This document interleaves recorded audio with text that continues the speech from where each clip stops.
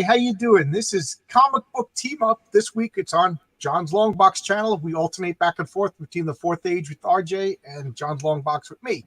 And we got special guest Luke Stone. How you doing, Luke? I'm doing pretty good. Hey, how you doing? How you doing, RJ?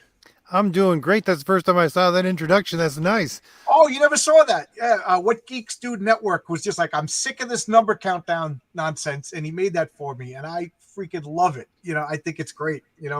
I don't know. It's peppy, it's happy, it's peppy, and it barely shows me. And those are the two things that I need. So, RJ and I, we always talk about topics to talk about in Comic Book Team, and I thought that the idea of having a platform that is politically neutral is a good topic. Luke, would you agree or disagree with it? I think it's a wonderful topic. I mean, yeah, somebody ought to do something about that. What do you think? Well, yeah. Someone should get on that. Yeah. Well, how many times have you heard somebody should do something about that, and then somebody did do something about it? Some crazy guy named Luke Stone. Honestly, I've been hearing that since 2018, 2019. Yeah. Yeah, where, when people started realizing that some of these platforms were politically motivated. Yep, I remember. Yeah. I first heard about, because I've been using Kickstarter or as you say, the green sites for board games for over a decade. And I remember when your boy Zach, Richard T. Myers, when he got booted off of that site. And that really was an eye opener to me. I'm like, is this something that really happened? And and then everybody migrated to the other site, and now I'm starting to hear about RJ. You could tell us yourself, shadow bans. Oh yeah, I got shadow banned at least 2-3 times, and literally someone went through the code and said, "Yeah, I'm looking at the code here," and they took you off the page. You're not searchable. So much fun, right? Which begs the question, why? If I open up a restaurant and I'm going to hide the hamburgers so nobody knows that we sell hamburgers, why would I have hamburgers in my restaurant? It makes no sense. So I think it's a couple of reasons. Okay, let's hear. I think it could be politically motivated, but I'm not sure that it is entirely. I think it could also be motivated by the fact that they have so many campaigns on the platform, and they have so many running in demand that have been inactive for ages. I feel like maybe it has something to do with that. Like, they have to make certain things unsearchable, and maybe they, traffic to certain campaigns over others. But then that doesn't make sense, because you've got guys like Graham Nolan that have a little trouble with getting noticed. Yeah. Over there, and Aaron LaPresti gets shadow banned all the time, and he's got plenty of, he's making plenty of money. So it doesn't seem like there's really any rhyme or reason to their algorithm. You don't think it's politics? I think maybe it could be. Maybe maybe I don't know, but I'm gonna give him the benefit of the doubt, and I'm not gonna cry wolf just to be See, I just have to go by what other people tell me, because I'm not smart enough. Well, if it was politics, why would some people that are on there still be searchable while others aren't? Good question. I don't get that. I know Nick Axe was on my channel, and he says he thinks it's just an algorithm thing that you get scooped up and that's it, and there's not enough people to fix it. Yeah, I'm kind of thinking that too. Well, they don't have a lot of customer service anymore. It's mostly done by AI algorithms. Right. And so I really do think it's just because they have so much going on their server that and you can't get customer service. I know why Mark Polton was saying that they've been holding his money, and that's his full-time job, making comics. That's holding up a comic. I that's like a nightmare to me. Like my comic is that's a worst case scenario on my comic, and if Luke holds my money, I got his phone number, I got his address, I got a person I can talk to. I can't, come talk to me. Yeah. Look, You know, if we're You not disper definitely can't get to anybody at no. Indiegogo. No, yes, I tried. It's one of my jobs used to be to find information for, find people, find information, and I could not. that sounds Like very obvious. I was able to track down the actual the place where the servers are at, and it's basically a back room above was like a quickie mart or something like that. It's on the second floor, so there's no customer service, there's no nothing. It's a site, and they just set it up. That doesn't fill me with much confidence. So, so RJ, you said you were a shadow ban. So, for those of you who are watching who don't know what shadow ban means, would you explain that? Well, you're unsearchable except through the direct link. So you can go to the Indiegogo site itself, and even if you search by the exact name, or even if you search by the correct HTML, you're not going to get the page according to their search bar. The only way that you can get to the site is through a direct link that you provide to other people. Now, Indiegogo says that on its page, where it is buried in the legalese, it says it's to generate your own word of mouth for your project, so they don't have to do any of the heavy lifting. They do it every once in a while, but that's what they say. Anyways, but again, you have to be able to provide everybody who's going to come to the site with a direct link in order to get there. That's what Indiegogo shadow banning looks like. Do you think that hurt your campaign? Oh yeah, definitely. It definitely did. I didn't know of any other, like Fun My Comic. My second campaign was not started yet. My third one, I just had to throw up Crom the Destroyer really quickly, so I was used to Crom the Destroyer. It took me like 2 days, but that's I mean, I was used to Indiegogo, but yeah, really considering our own site now, or Fund My Comic, for our future projects, just because they take a large chunk of change out of your campaign, and get no service for it, like none whatsoever, Yeah, what are you and paying for? that's just not worth it. Yeah. And so Luke, Mhm. you started your own platform for people like us, independent comic book creators. You're risking your own money. This is, I assume this isn't your only business venture. You seem like a pretty hustling kind of guy. Yeah. But I've got a few other things going on. Yeah. you got a few irons in the fire. But tell us then what again. I always try to treat each video as if it's somebody's first time. So I'm sure, let's pretend there's somebody who doesn't know what Fund My Comic is. All right. Well, Fund My Comic is a crowdfunding platform kind of dedicated to comic books and games. I spent some time in a hospital, and when I came back, I used to be a full-time pastor. When I came back and started getting back into things, we realized that the church wasn't going to be able to maintain. They'd lost a lot of members while I was away. So while I was trying to transition, I kind of knew I didn't want to go back in to vocational ministry. I wanted to try something else, and so part of what I was doing, I started taking. I had decided to take some of my severance pay that I was going to be getting and invest it into business opportunities. And I had already been looking into setting up crowdfunding for my own stuff from my website. And as I was doing that, I found these developers who offered hosting and had an infrastructure in place already.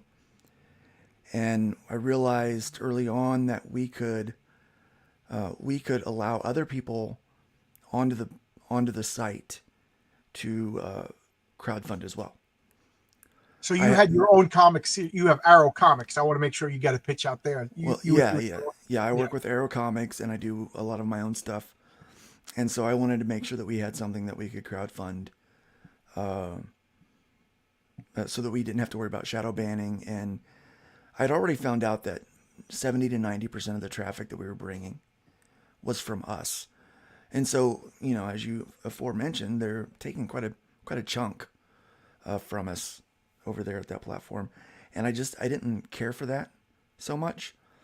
and I wanted to be able to keep more of my own money. Since I'm bringing the audience there anyway, I might as well keep more of my own money.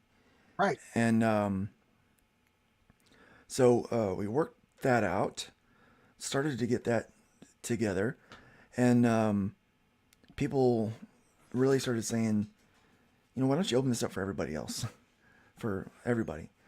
And I really didn't want to do that because I knew it was going to be a hassle. I just wanted it kind of for me and my buds.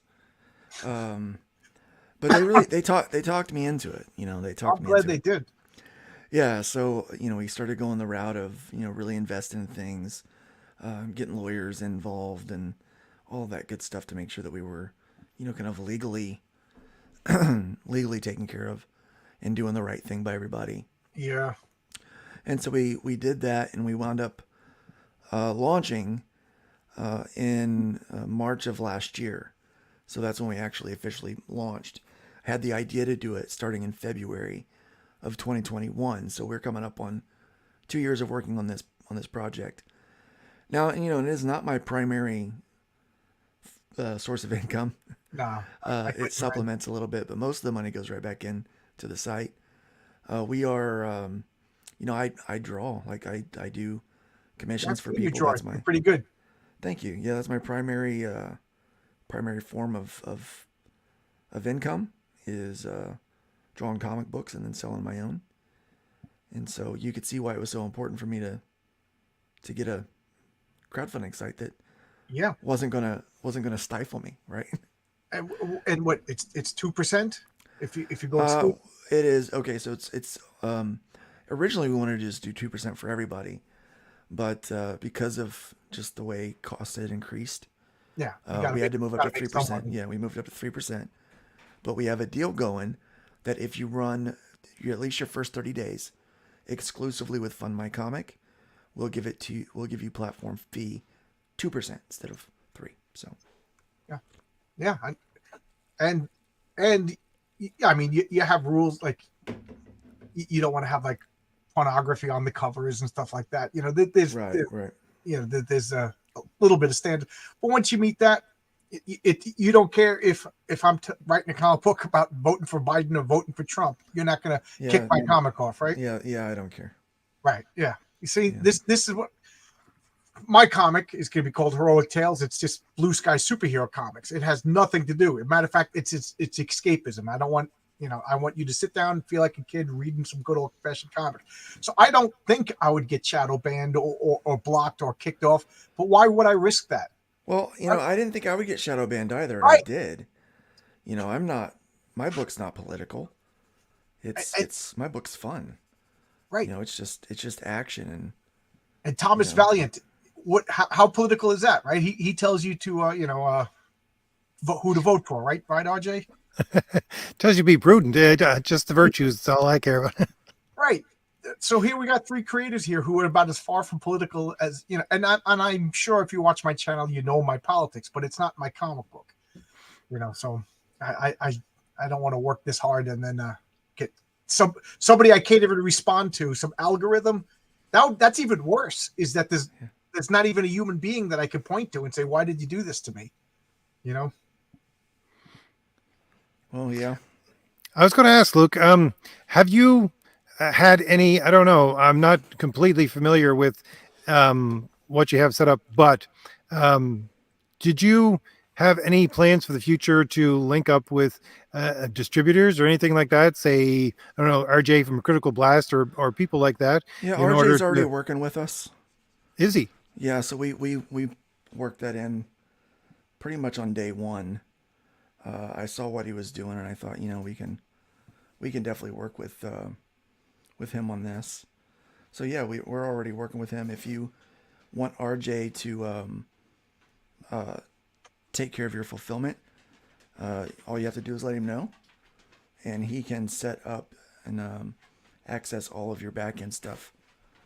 So I went ahead and give him permission on that. So I already, if I'm successful, so I will go with RJ from Critical Blast. So I hope I will be working with RJ from Critical Blast. And I don't know if you're familiar with Crom. He's one of my members, but he's been in marketing for I don't know 20 years or so, and he was saying that he would love to work with you in some capacity as far as marketing. He made a video. Did you see his Yeah, video? we've already been talking. Oh, perfect.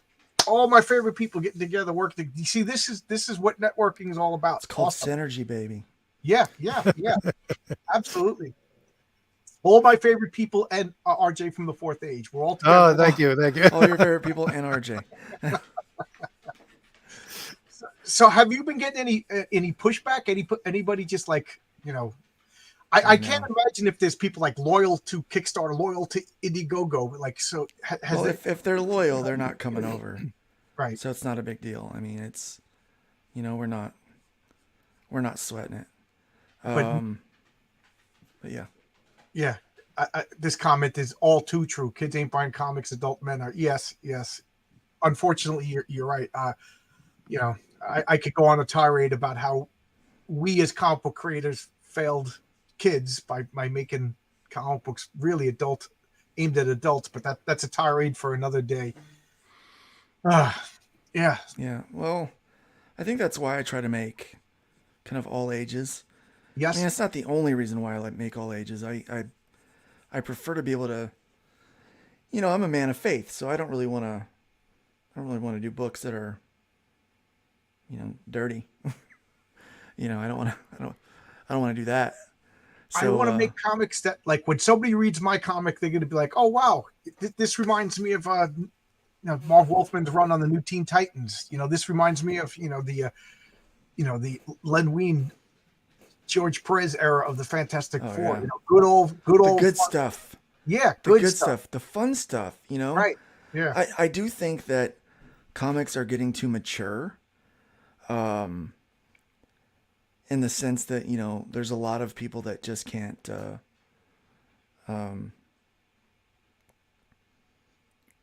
enjoy comics because of the content nowadays. And I don't see why that's necessary. Yeah, I think there's room for everybody. Like I did enjoy, right, but not all comic books. Like I got my Key to Hell from Sandman. You know what I mean? So I did enjoy my mature only comics, but I think that area is covered by everybody else. So I want like to go. Every comic is that way now. It feels like.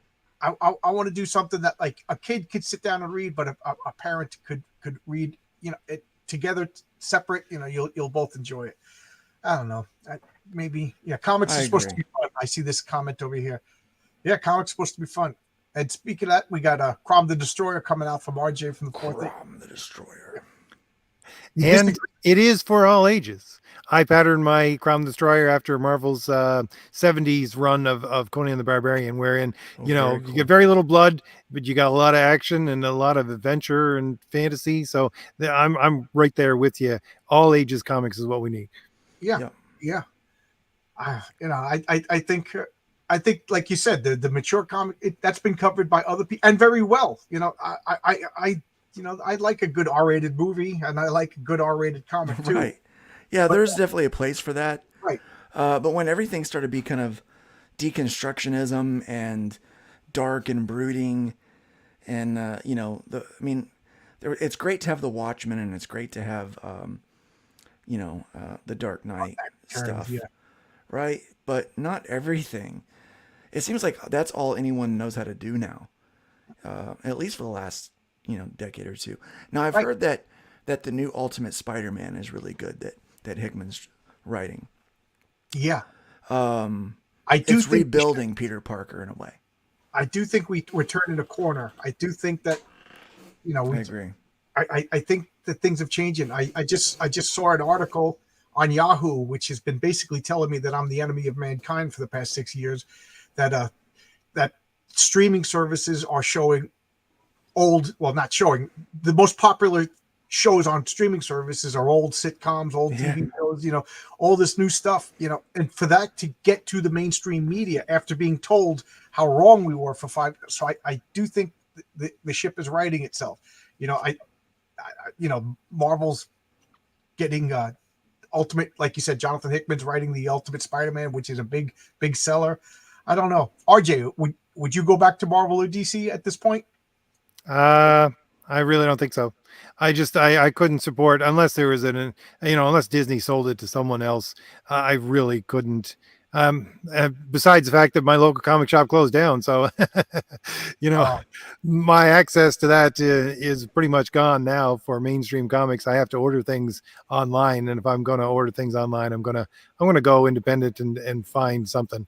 Um, that's the way it's going to be. But I was going to say it's really funny that we're talking about the the comic that is for everyone and these platforms that sell these comics. I find the funniest thing I find is the more constrained the platform is, the more TNA you're going to see on the comic book, quite honestly, because Kickstarter, right, is just locked down. They will not allow a whole bunch of stuff on there for political reasons, anything else. But oh, when every time, almost every last time I go there to look for a comic book and I have a link and I go, scroll down the page and I got to keep on scrolling. yeah, Right. You know what I mean? It's not safe for That's the work. way it is. yeah, yeah. I agree with you. Yeah. I don't know, Luke. Maybe you would know this, dude. Because we were talking. I forget who I was talking to, but they're saying like, oh, when I boot up the computer and I go to one of the platforms to look for a comic, I did, and I said, do people do that? Because I'll find out about a comic and then I'll search and get it. Do people just like, I'm gonna go fund my comic and just look around and find it? I feel like buying a comic. Yeah. What are your thoughts on that? Well, I find that the audience at Fund My Comic is there for comic books. We've had a couple of boob covers come on, and those tend to do really well over on Kickstarter. They're not doing great on Fund My Comic. They do okay, but people seem to be really interested more in the story content. I think there's a lot of people that buy comics for a younger audience there as well. So if you're really into comic books, I think that's where you go. Yeah, Yeah. I find that I don't go to the others. Well, first off, I don't. I'll find out about a comic book that I want either through a chat or somebody or somebody that I know is already making a comic, and I want to. And then I'll scroll around, see what else is interesting. And I do see that Fund My Comic has like a lot of interesting genres. Like you said, it's not just salacious boobs and everything like that. So you know, maybe Yeah. maybe. Quite honestly, I find for me, anyways, for my comics, and you can disagree in the chat if you want about this, that's fine by me. But for my comics, um, I'm trying to make it so that the story is what sells, and I could make a lot more money if I put on some extra covers or things. I Yeah. got beautiful women in my posters. That's no doubt about that. But the thing is that if I was to put on some salacious covers, I could sell a whole lot more comics. I don't want to, because I want the story to stand and the art to stand on its own, and I don't want to prop it up with these kind of sales, because that's what killed Marvel. That's what killed DC with this multiple cover garbage. And if we need to get back to good comics again, like Fund My Comic, honestly, John, I had done that when we started this the comic book team up. I said I got to find some really good creators now. I'm going to Fund My Comic, and I'm going to look for creators that have just put up a campaign or are going to put up. And that's where I started looking for people to come to my channel when we do it on my channel. And that's because they're focusing on things like good art and good storytelling, and that that extra thing that they need to sell in order to stay on their feet, which is just salacious, is not there. Yeah. We don't really see, like I said, we don't see much of that at all. In fact, the most successful campaigns aren't even hyper violent.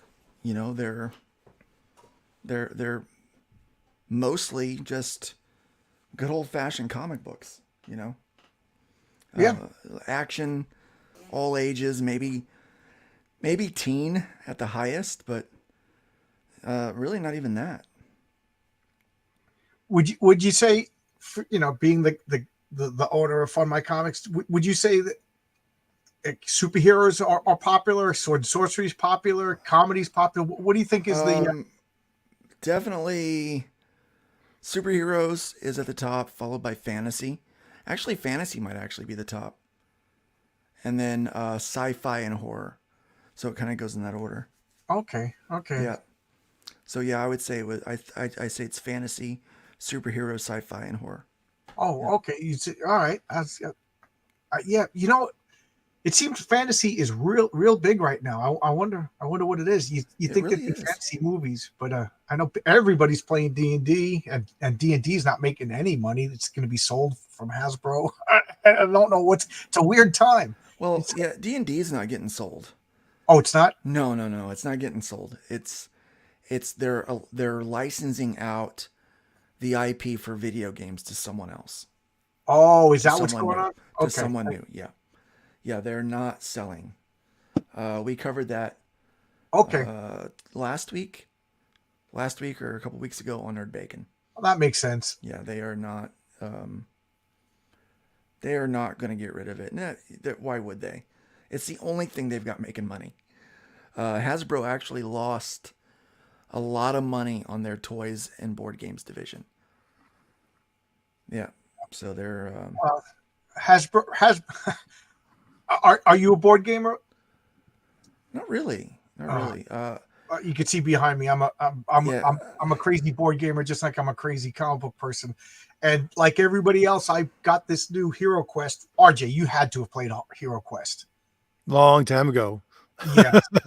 So I got two copies of old school Hero Quest. One for my brother, one mine, and then they repackaged it and resold it, and it's the same exact game, just with different models. But they didn't update the rules. They did, and I wonder, is that why Hasbro? Come on, like board games have evolved since 40 years ago when they made Hero Quest, and you didn't hire a new board game designer to spiff it up.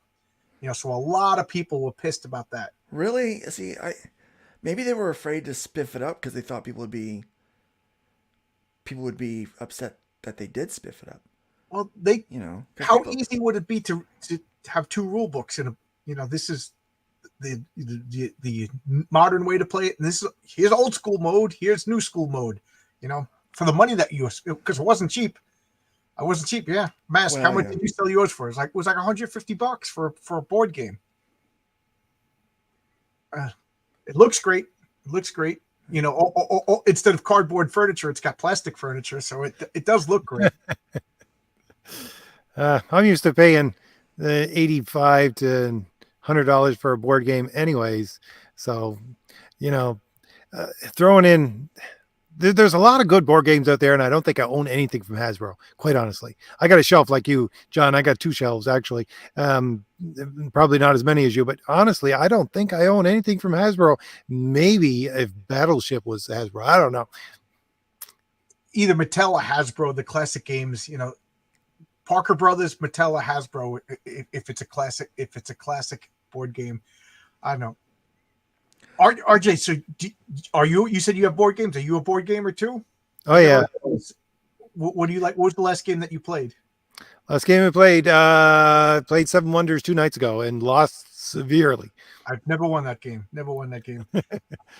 I actually played that game with Tom Vassell of the Dice Tower, and I came in 7th place out of Seven Wonders. So that means the absolute last place because only 7 people can play. And I was the worst. They all teased me. Luke, are you a board gamer? No, not a board gamer. I do play card games. Like I'll do the card games from time to time. Like regular five, like poker and stuff like that, or are you talking like Magic? Like Magic. More independent games like that. I'll do RPGs occasionally, but honestly, I just don't have the time Yeah, to play any. I used to play a lot of video games. I just don't have the time to do it anymore. I know video games would suck my life away, so I avoid video. I'm weak. I'm weak. I won't drink. I won't gamble. I won't take drugs because I know I'll never stop, and I won't play video games. I know that they'll come and repossess my house or something like that. I won't play. Oh, Magic. When was the last time you played Magic? Uh, I was just talking to Mandy Summers. what year is it? What year? Not long. Yeah. Man, Yeah, not long. it's been I think when the game first came out. Oh yeah, 93. RJ, Yeah. are you played Magic? No, no, I'd never gotten into those kind of card games, except for something like Dominion, which is kind of like Magic. That's about it. That's as close as I would get to it. Dominion's a fun game. I'll play Dominion in a heartbeat over Magic because you just buy the box. You don't have to chase cards down. I don't like that collectible model. You know, you buy a box of Dominion. You're set to go. You can buy an expansion or two, but you don't have to. You know that's my speed. That's my speed. I'm looking So, at that Dominion set. Oh, go Luke, ahead. I was going to ask really quick. What are the games that because you said you sell games at Fun My Comic as well, right? Is that growing at all? Well, no, no, not really. So we do have games on there. I think the gaming market is there's that what is the name of that? It's like an RPG like game now or something like that. There's another kind of crowdfunding. It's more like a pre-sale crowdfunding kind of thing. So that's our competition for Oh, board Backer for Kit, no, not Backer Kit. It's something else. Game GameFound.com. Found. That's it. Yes. So they're our real competition. We hope this year to expand more into independent publishers doing kind of their own RPGs and board games and stuff like that. We have a couple of people that use the site exclusively for that. But quite honestly, the last year we've just been focusing on getting better for comics. Really, that's our thing. Now we do have a sister site that we created called Fundiverse, and so it is live, but we don't have any campaigns live over there yet. We're in the process of trying to get people to populate it, and so that's really for anything and everything: animation, movies, music, inventions, food products, you name it. That's what that's for over there. You can Oh, do. cool. It's probably a better suited place for novels, those kind of things, than Fun My Comic would be. We do have some novels that are on Fun My Comic. We're really trying to encourage any of the novelists out there to put their campaign over on Fundiverse, and the first 25 campaigns over there will actually get a 1% platform fee, because what we're trying to do is populate that site. So we're giving a big incentive to the first 25 that come up there and join that site. So we are expanding. Oh, We're cool. expanding, yeah. Cool. That sounds great. Now, that sounds really good. So you said if you stay exclusively for 30 days, what is the average length of a campaign? Well, if you look at Green site, it's 30 days. Okay. On Pink site, people normally do 30 days and then re-up for another 30 days. So 60. And for us, we have no average yet, really. Okay. We have had all kinds of different lengths. The most popular campaign that we have is a storefront. That was my next question. People love the storefront.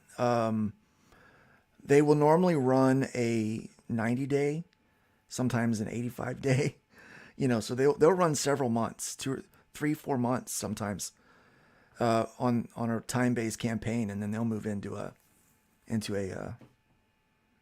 storefront mode after that. And so people are keeping their But when the storefronts up. campaign closes, so this hypothetical, we got the John's Fourth Age comic coming out.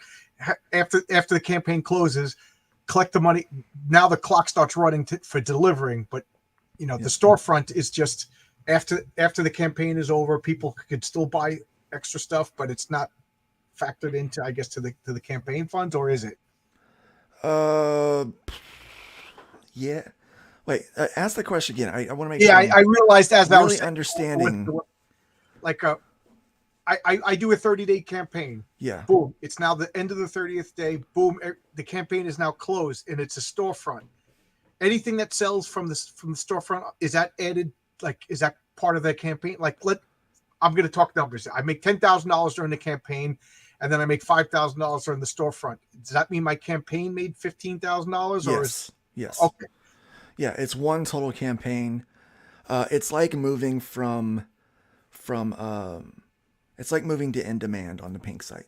Okay, Is really what it's like. Yeah, I'm just Now we do have a lot of people that open up a storefront with no end date, so they just bypass the whole campaigns thing altogether, and they're just opening up a storefront. They want to be able to sell their books.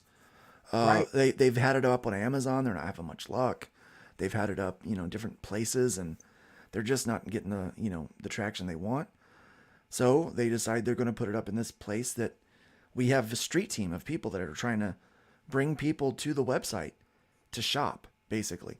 And we have people that shop there. So on average, on the other sites, so their traffic there for comic books is 5% ish. If you factor in games, it's 10%, right? So really, our main traffic is comic books. So 5% of their traffic is comic books. 100% of our traffic is comic books, right? Of their traffic that actually does comic books over there, you're getting less than 10% of them. It's more like 6 or 7% on like average good, like very good opportunity. Like that's at the best, we're talking 6 or 7% that I was able to find. That they're getting people that back one campaign going over and back in another one. I gotcha. Over the summer last year, ours was over 22%. Right now, it's hovering right around 16%, but still, that's better than. So let me see if I get your. So what you're saying is if RJ backs one book on Fund My Comic, there's a 22% chance he'll back another book. Yes.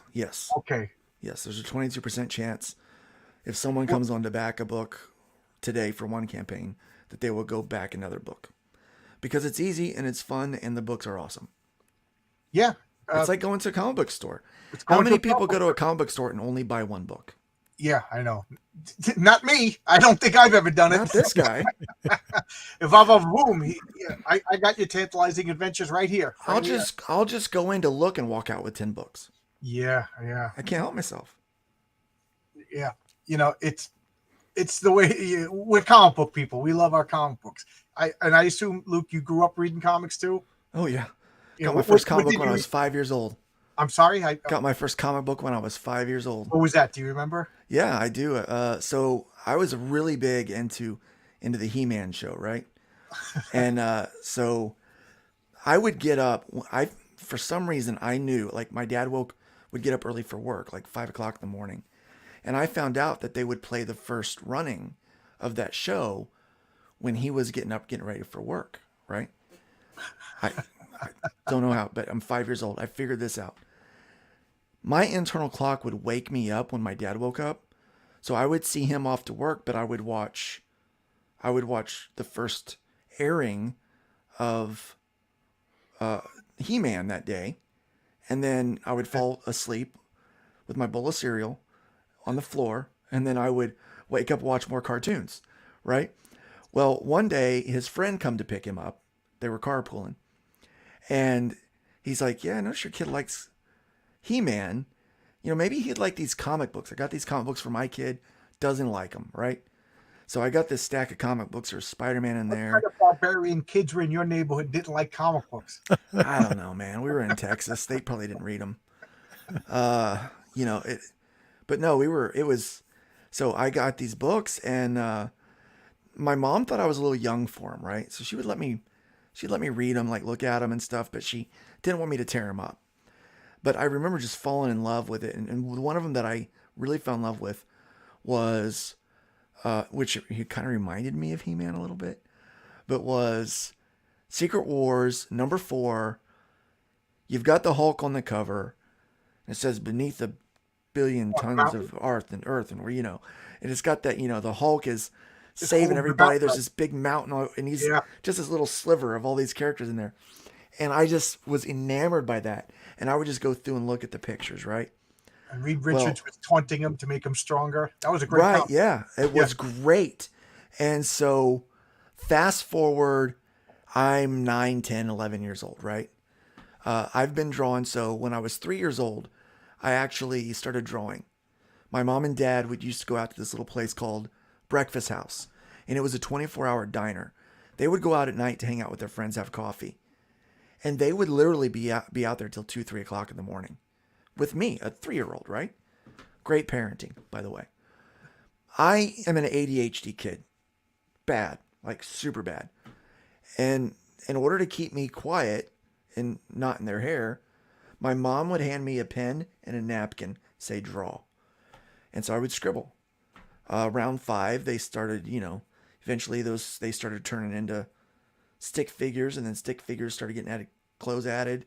And then I started learning how to draw heads. She started buying me art books and real pencils and all that stuff. So I'm getting better, and I'm really wanting to draw. So I take that comic book and I go through and I trace everything in that book. Yeah, a lot of characters. 100 times or more. So much so that I've destroyed the book, right? Like there's, the lines over the dark, heavy lines are, I've drawn, it's rubbed, it's through, it's almost destroyed the book, right? So then I was like, well, I'm just going to have to draw it by sight. So I just started drawing by sight, looking at it, see if I could copy it. And then I got to the point to where I was like, well, let me see if I can draw that panel from memory. And I would draw it from memory. And then I started trying to say, well, can I draw them in different poses? And I was trying to figure out anatomy and stuff. And so I remember I was probably 13, 14 years old. No, yeah, 13 or 14. And I wanted to work for Marvel or DC. Like that was I wanted to work for Marvel. I wanted to draw X-Men. I'd been getting a lot of X-Men comics, loved it. And I wanted to draw that, or Ninja Turtles. I love Ninja Turtles. And I wanted to draw one of those. So I was like, I'm going to get better at this, but I wanted to figure out how to draw anatomy better.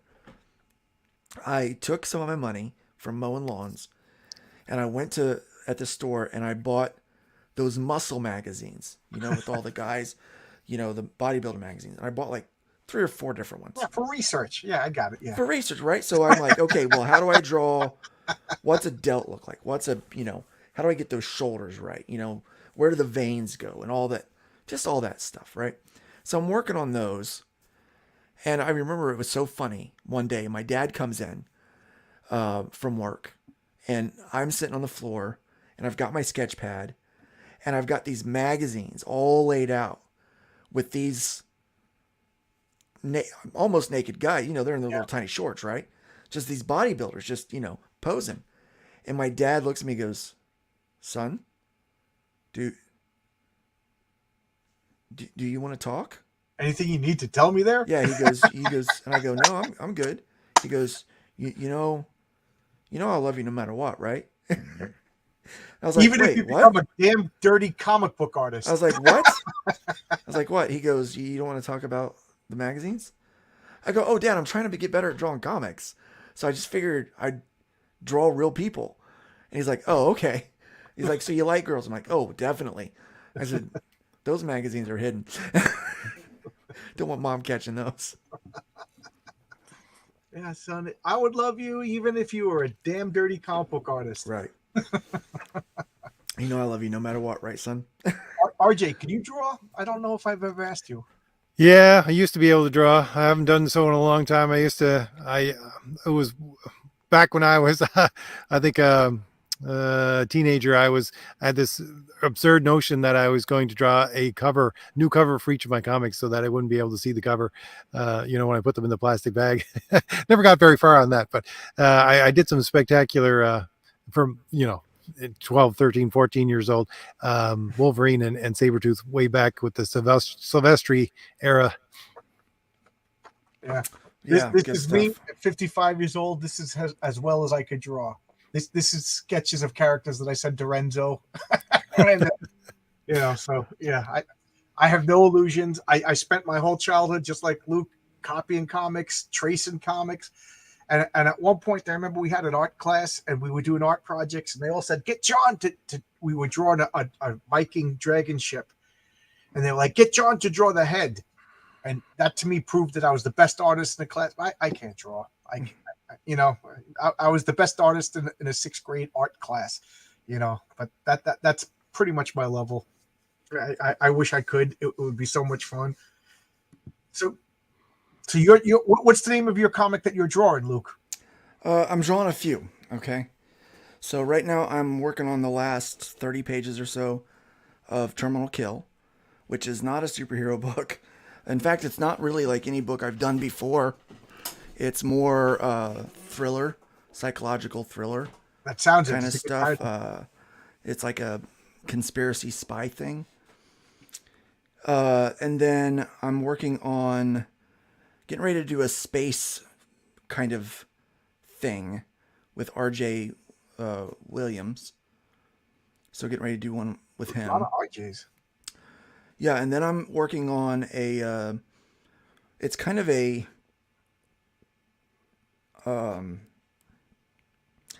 goofy horror, like kind of book called Pawn. Pawn, Pawn. Pawn, Pawn. Yeah, they work at a pawn shop, Okay, and that's a people good die. premise. And people die. There's That sounds like a Twilight Zone episode. yeah. Oh, I was gonna love say, it. that's an interesting premise. It's so cool. It's such I'm a interested. fun I know book. nothing about this comic. Just that's a Right, great right. premise. Yeah, it's about a pawn shop and people die. That's all you need to know. Yeah, that's interesting. I don't know what it is, but something about like curio shops, pawn shops. There's something Yeah. sinister about them. There's stories in those places. Yeah, there really is. So I think writers are fascinated with it. I did a 10-page prologue to the story, and I guess the writer has been working. He's had to change over artists. In fact, he got really far with one artist. I just found out, and they found out that he voted for Trump, so they dropped him. I mean, the dude's not like Comicsgate or anything. He just voted for Trump. Oh, heaven forbid you vote for the orange guy. I mean, I don't care who you vote for. Do you think that Jack Kirby and Stan Lee and Ditko and Ramita, do you think any of them cared who each other voted for? I imagine they argued because they were adults, but then it came down to doing work. Right. I know for a fact Steve Ditko and Stan Lee, politics were as polar opposite as he could get. Yeah. But it was the work that mattered. They put out some great work. It's always about the work, right? Yeah. And so, no, but I'm happy to be on the project. It's a lot of fun. So that one's neat. And then I'm doing hybrids again. So I'm starting to do a page at a time for that one. And I'm writing a new story that's called Days of Exile. And I'm really, really loving this story. Oh, cool. Yeah. So I you know what? I don't know. Sounds like you keep yourself busy. It's one of those things I don't know if I can talk about the story because it's not realized yet. Yeah, I know what you mean. And I'm afraid that if I talk about it, someone's going to steal it, and get to it faster than I can. Yeah, don't steal my wonderful artwork that I just showed everybody. I'm revamping. Let me see. I might be able to. You did Chrome Dog too, which I did people Chrome are Dog, getting yeah. at. Yeah. And I think I'm going to get another issue of Chrome Dog in Okay. this year as well. I might see if I can show you this. Let me see if I can. I just realized I had the wrong link up. Luke Stone Studios. Yeah, and thank you, Marcus. Yeah, for Marcus sharing all those links. And I saw that you asked how I was doing. I'm feeling okay. Yeah, I swiping my art now. Well, I can't blame you, Eric. You want high quality. Here, I'll make it easier for you. Here you go. Look at that. Look at that. Swipe that.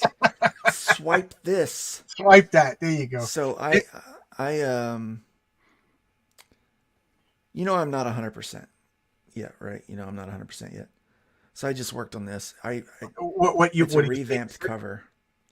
So I'm not 100% physically well yet. Yeah, I remember you were telling me your story. You went through some illnesses.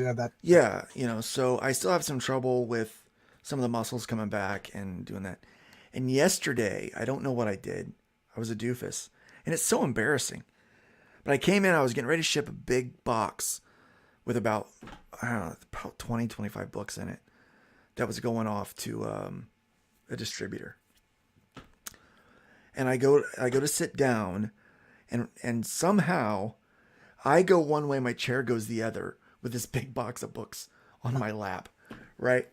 And so I hit the floor and cracked my tailbone, and this chair got stuck on this box behind me.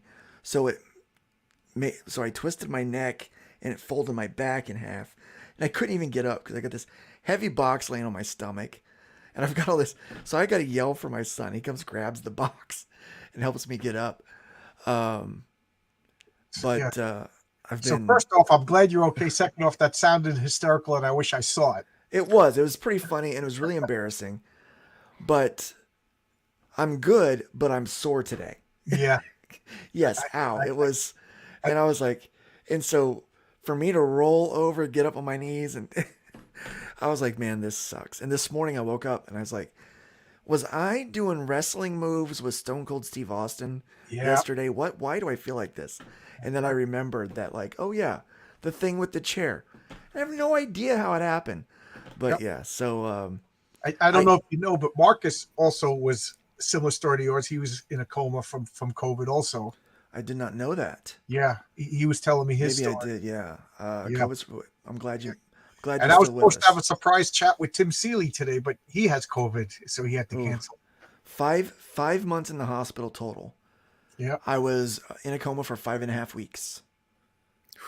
5.5 weeks. I every muscle in my body had atrophied. They had to Yeah. take me off of food for like 12 days. So yeah, 150 days in the hospital. It was crazy. Unbelievable. Well, Yeah, glad you're here. I'm glad to be here. So I did this as kind of a warm up, fun thing this afternoon, just to kind of defrag my brain for a minute because I've been working on so many other things. So I'm looking at doing a reprint of Hybrids #1. And so this was the original cover that we've Okay. been using. So that was the old school cover. And everyone was like, oh, I like that cover. And so I did this image a while back. And That's cool. I was like, what about that one? And everyone's like, we like this one better. I'm like, really? I'm like, it's not, I'm like, it's so old. We did this image in 2015, 2016. Like, so much better than that now. I mean, you can see how blocky it is and how boxed off things are and jagged the line art is. I like that new image better. I think Yeah, it's more yeah, dynamic. yeah. So I did this one today. That's cool. I whipped that out today and You did can it see now. how your art has improved. Yeah, now I don't normally do the colors, but I did the colors on this one. I was having a little fun with it.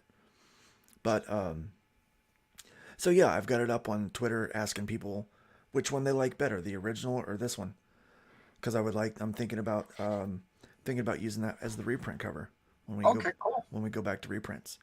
See, we got Arrow Comics has been making a lot of strides uh, this year, last year, and this year. And so a lot of times when people have the barcodes, they buy those barcodes from like barcodes.com or something like that. And when you scan those, it shows the company that you bought them from. It doesn't show your prefix, so like your company Okay. name. And we knew that when we were going to be taking distribution more seriously with Amazon and stuff this year, that we needed to have official barcodes, right? So we bought we bought the package of U.S. government, the gs1us.com stuff. It's expensive, but we did it. So now we have all these barcodes, and even though I've got 2,000 books printed from that back in the day with that Liberty debacle, I'm gonna have to reprint this for Amazon. So here we go. I decided to redo the cover. Cool. Cool. RJ, are you would talk about you're not really into variant covers or anything?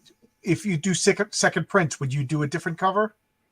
No, no, I'm going to do reprinting. The only thing that's going to change on mine is it's going to say volume 2 in it. That's it. I just usually think I'm done. I'm done. Let's move on to something else because I'm a writer first and foremost, and I want to write new stories. I'm the same way. I kind of want to, work on new stuff. But since it's got to go out there and I have to put a new barcode on it, Might as well do a new cover, you know. This is what I'm working on. This is the Terminal Kill book that I'm working on. Terminal Kill. Okay. Yeah. So as you can see, there's a lot of cars and um, various different things in there. Yeah. Let You me said throw up this is another a page spy here. thriller, right? Yeah. Good storytelling. I could basically figure out what's going on. That's my pet peeve. Is I'm not gonna name names, but I got an indie comic, and the storytelling is just god awful. Excuse me, god awful. This I'm is good. just bouncing around pages too. So I'm sorry. I'm just bouncing around pages too. So Yeah, but I'm just taking each page as I can figure out what's going on.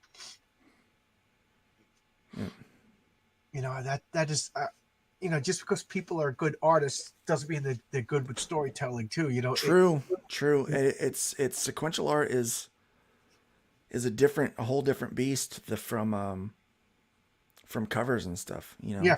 Yeah, from static images, like when I see a lot of the famous cover artists for Marvel these days, I wonder if they could do the interiors, if they could do the boring stuff of Mark Brooks can't do interiors. I didn't want to mention names, He but he can barely do covers. I didn't want to mention I names. mean, it's not his work isn't terrible. I mean, I don't hate it. I know other people like will just go to town on hating it. I mean, I don't I don't think it's the worst thing in the world, but he makes some odd choices and some weird placements. Yeah, It doesn't bother me too bad I though. think he does a lot of snip art, like he'll reuse something from something else and just port it in. I think. Right, right, probably. A Well, lot of people do that. A lot of people do that. so I'm looking at your art. I don't see any AI art. What's wrong with you? What are you, a Luddite? I learned how to draw. So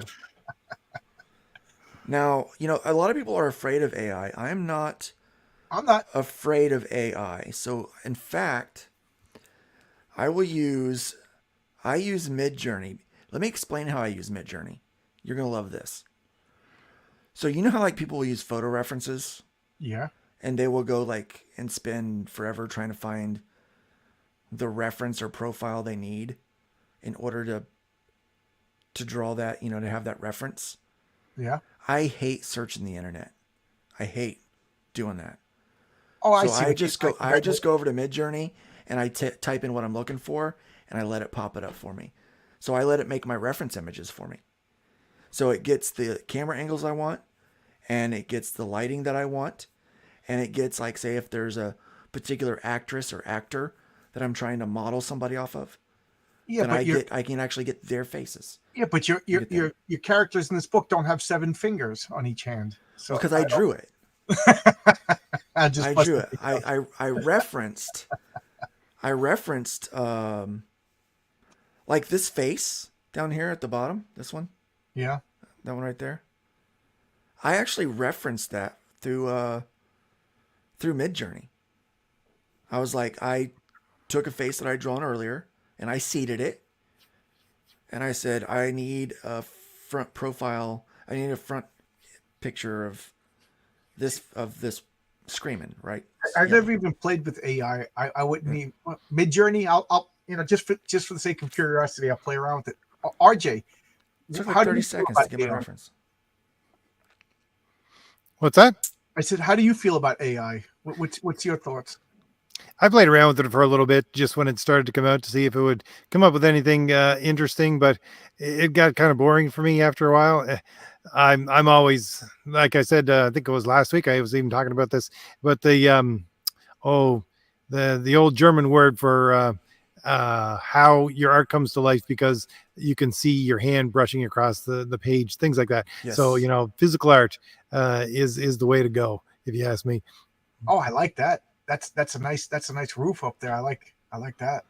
Yeah, that's an actual place, and so I tried to draw it as accurately as I So could. It's you not use quite photo right. reference. What place did you use it? It's bothered me. But it Oh, looks it's a theater. It's a theater somewhere. It's in the script on it's not where Carnegie Hall, where to is it? reference it from it. It might be. I'm not sure. Yeah, But it I looks. went and I found a bunch of different pictures of the roof, and then I just set up this perspective lines to the photo. So basically I took the photo, put the photo down, and then I set up the perspective lines. And then I went from there. Set Did you up take that. any art lessons, or are you all self-taught? Oh, and I'm mostly self-taught, but I did take art in school, in high school, and I had an art teacher that really helped me improve and really give me a lot of RJ, base knowledge I needed. you said you did. RJ, did you take any art classes? I tried to. I tried to take art class in high school, and again, independent one as well. And I made it into probably like 2 art classes. And I said, no, these people are too weird for me. Usually the instructor, not the people around me. Uh, Weird. I don't know. I'm a weirdo. I'm very forgiving for people like with quirks and weirdness. I've been playing with the idea of taking it like a. I live by there's a community college nearby. I was thinking of just enrolling in a figure drawing class just for the hell of it. You know, something I loved doing as a kid, and I just work gets in the way. And I was one of these kids that got a job at 14, 15 years old and been working ever since. I like having my own money, and you know, I maybe if I had kept it up, I don't know. Anything we want to bring out? Because we've been closed on an hour, and I know RJ Oh has. yeah, yeah. I'm we can get going. Okay. Well, let's throw. Oh, I hit the wrong button. Let's let's bring up your all your Luke. So we got Luke Stone Studios. This is where we could buy your Arrowverse comics. Yeah, yeah. You can get them there, or you can get them at aerocomics.store. Okay, we Yeah, got that link. And yeah, then aerocomics.store. you're the guy behind Fund My Comics, which I'm excited about. I think it's something that is absolutely necessary, and I appreciate the fact that you gambled your money on this. Yeah, I would appreciate if so. I don't have many copies left of the Volume One trade. I maybe have 20. I think 25 if I'm lucky. So I think I've got about that. I've got plenty of the Volume Twos right now. But you can get the trades from. You can't get the Volume Two trade off the website yet, but you can get it from the Fund My Comic for the Hybrids Okay, campaign. there So I you would go. encourage people to go over there and check that out and pick one of those up. When that's gone, it's gone. I'm not reprinting until January of next year. We're going to do a re-release of that Okay, through planned through a distributor. So right now the plan is that it's going to be that once that goes away, you're not going to be able to get that book until January of next year. Yeah. and then we got RJ's the Fourth Age Comics. That's your website where you can get. You have 2 graphic novels already available, right? Or am I misremembering, RJ? No, just the Valiant Heroes right now. Or sorry, just Thomas Valiant #1 right now. The Valiant Heroes is about to go out, and you can still order Crom because we're working on it, and we're also working on Thomas Valiant #2. Oh, Valiant Heroes is about to ship. Yep, I'm getting the printing files for that done is a Oh, beast because I got the main graphic novel plus 3 floppies. So and we got the website that shall not be named has Crom the Destroyer on it right now. And then if you guys feel inclined, you sign up for my Substack, get notification about my comic Heroic Tales. Uh, it's ready to launch. We're ready to launch. I'm chopping at the bit to launch, but we got to. I have an artist who's doing a variant cover who has been hospitalized, so that's holding us back. So, what am I going to do? Draw from your hospital bed? You know what I mean? And Marcus wants me to draw nudes. So Eric, I hate to be the one to tell you this, but you're going to be my model. We'll go private. We can go public if you want. If you throw money Right. at everybody, and Find it on I his don't get OnlyFans. only fan. But thanks a lot, everybody. Thanks a lot, Luke, and thanks a lot, RJ. And all next right, week, we'll do comic book team up. Why was that difficult to say? On RJ's channel, The Fourth Age. We alternate back and forth. Thanks a lot, everybody. all right. See, I'll see you later. thanks for having me. No problem. Anytime. I regret my decision. Me too.